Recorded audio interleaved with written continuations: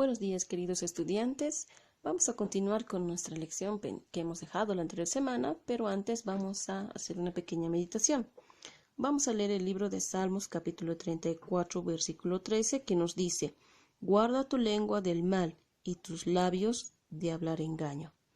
En estos días estamos viendo que hay demasiada especulación, ¿no? O sea, algunas noticias que son ciertas, otras que son falsas, que mandan y empiezan a alborotar a la gente. No seas parte de esto. Antes de enviar cualquier mensaje, siempre corrobora que la fuente sea confiable. No vaya a ser que tú también estés incurriendo en asustar a las personas. Muy bien, entonces piensa bien antes de mandar algún mensaje o algo. ¿Listo? Entonces ahora vamos a continuar con nuestra lección. Muy bien, vamos a continuar lo que eran los fenómenos atmosféricos.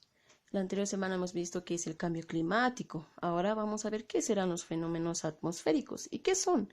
Los fenómenos atmosféricos no son nada más que los cambios que se producen en nuestra atmósfera. Bien, entonces, ¿cómo qué cambios? Como por ejemplo la lluvia, el granizo, ese tipo de cambios son. Ahora vamos a hablar acerca de lo que son el fenómeno del niño y el fenómeno de la niña. Y vamos a empezar con el fenómeno del niño. Muy bien. Algo normal que pasa, ¿ya? Es que en Sudamérica, por el calor, se va calentando el agua en las costas hacia el mar, en el Pacífico.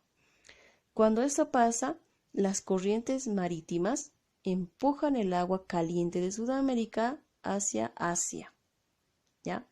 Cuando llegan a Asia, empiezan a enfriarse y en ese proceso se van formando nubes. Estas nubes se extienden hacia la atmósfera, empujándolas por las corrientes que también hay en la misma atmósfera hacia Sudamérica, lo que hace que en todo este sistema empiece a haber un clima cálido, lluvioso, algo normal, un clima muy cálido y agradable para todo, ya sea Asia o para Sudamérica, lo que hace que las corrientes de agua se equilibren, sean, digamos, tibia, porque aquí está caliente, aquí está fría. Entonces, como se va manejando, se va entibiando. Eso es lo que normalmente pasa.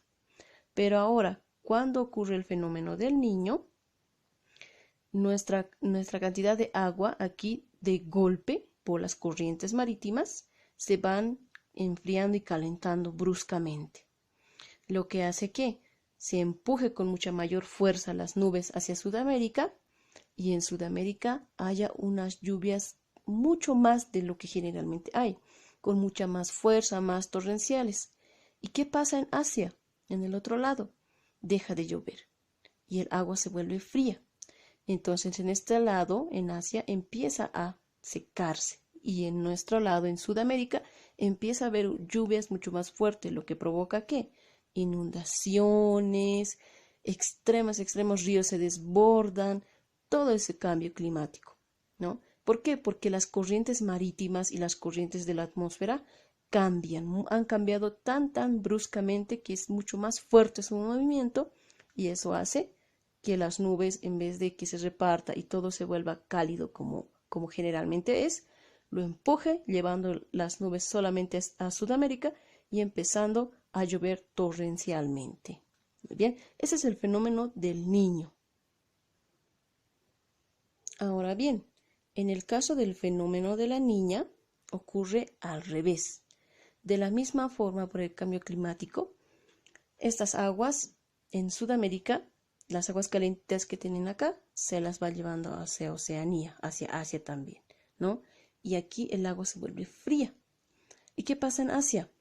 Empieza a haber mayor cantidad de acumulación de los vapores del agua caliente y empieza a llover torrencialmente en allá.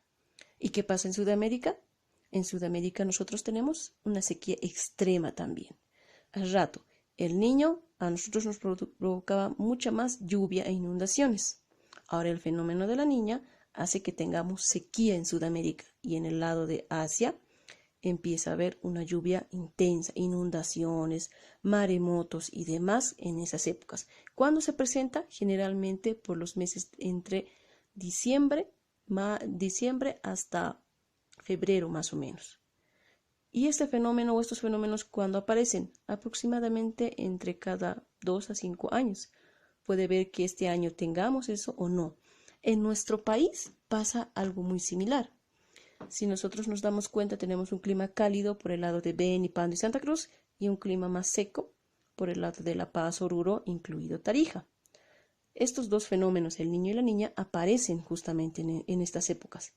Y resulta que en Beni y en el lado de Pando empieza a haber lluvias tremendas, inundaciones. Y como el agua va escurriendo y cayendo, las inundaciones llegan hasta Santa Cruz. ¿Y qué pasa en el otro lado? Tenemos una sequía y unos fríos extremos, heladas extremas. Incluso en Tarija ya hay sequías extremas.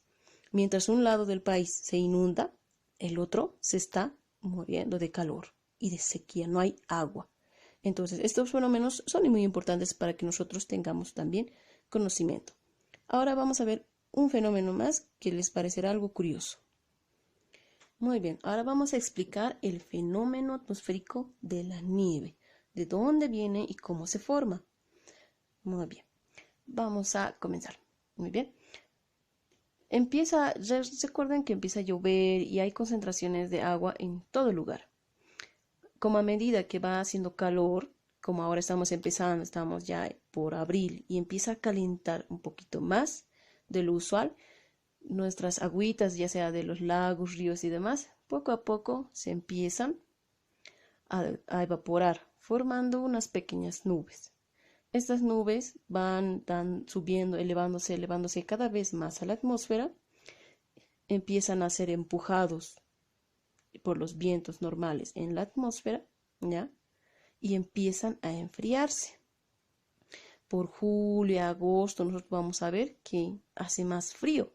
Entonces, en la mañana hace calor, un fuerte calor y unos fuertes vientos, y en la tarde empieza a hacer frío, tanto que empieza a helar en las mañanas, ¿no ve?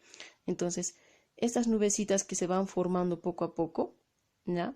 Se van a ir empezando a condensar mucho más y van a empezar a formarse pequeños cristales de agua, porque no olvidemos que estas nubes simplemente son agua evaporada, ¿ya?